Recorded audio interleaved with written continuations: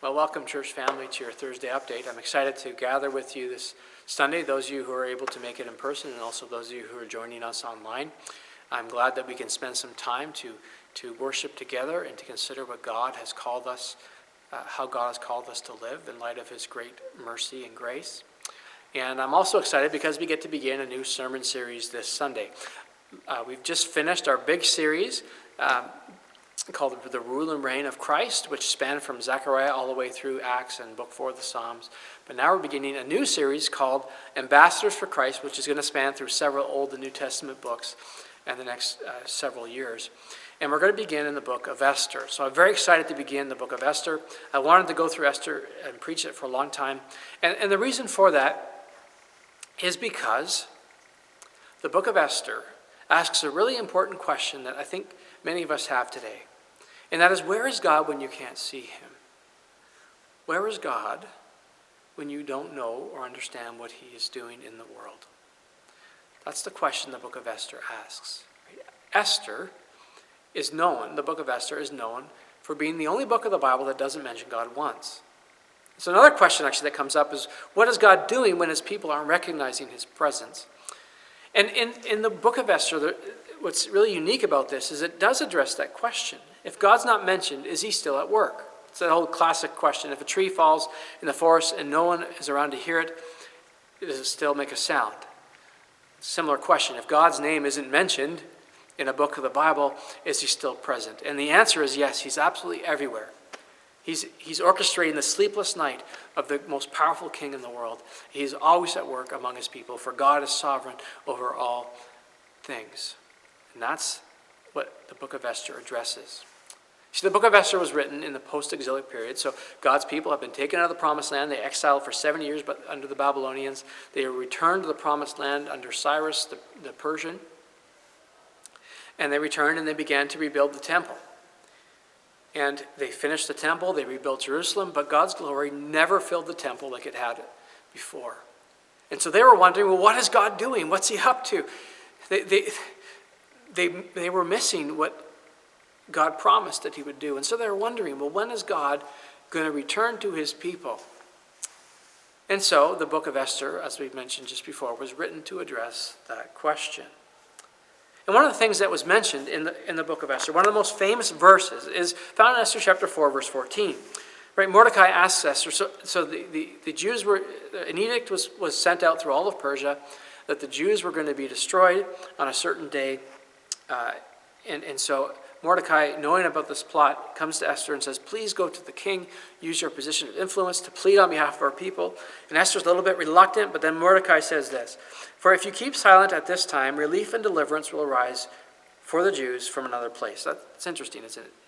That if you don't go, God will still, in a sense he's saying, if you don't go, God will still save his people. Even though it doesn't mention God, I think it's implied there. Anyhow, it goes on to say, but you and your father's house will perish. And who knows whether you have not come into the kingdom for such a time as this. In other words, Mordecai is saying, maybe God has placed you as queen for exactly this time that you may plead on behalf of your people so that they can be saved. Now, what does that mean for us today? How do we understand that? I mean, I think we have the question, what's God doing in the world right now?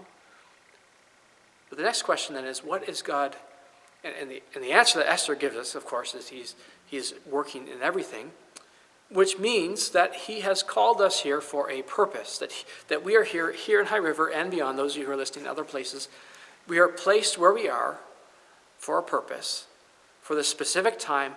And so what is that reason? Well, I think it's answered in 2 Corinthians chapter 20, which again is the title of our sermon series. It says, therefore, we are ambassadors for Christ, God making his appeal through us. Therefore, we implore you on behalf of Christ to be reconciled to God. So here, that phrase again, we are ambassadors for Christ, God making his appeal through us. That's the simple answer. Now, what does it mean to be an ambassador for Christ? That's what we're going to discover together. But the answer is easy. God has placed us here so that we can tell others of his grace. God's going to make his appeal, the gospel, through the ministry that he has given us. And a little bit further it says this, we are working together with him then. We appeal to you not to receive the grace of God in vain. In other words, you have been saved, you've received the grace of God, but don't let that be in vain. Rather, use the grace of which you received to tell of his message and his gospel to others. And so that's a simple question. We exist to make disciples together as we end our services with nearly every week. So how are we going to do that? Well, as we journey through the book of Esther together, and as we journey through the promises of God in our Advent season, as we journey through 1st and 2nd Thessalonians, just 1st Thessalonians this year, 2nd Thessalonians the next year, we're going to answer that question about how we are to live as Christ's ambassadors. And so while we prepare and gather for worship, I want you to be thinking about that. What has God placed you here for, or where you are for? What relationships, what sphere of influence has he given you in order to proclaim the message of his grace to others? And as you think about that and pray about that, come prepared to worship together this Sunday. Whether it's in person or online, be prepared to consider what it means to live as his representatives and being the ones whom he uses to proclaim his message and his gospel. As always, I love you and I'm praying for you, and God be with you till we meet again. Amen.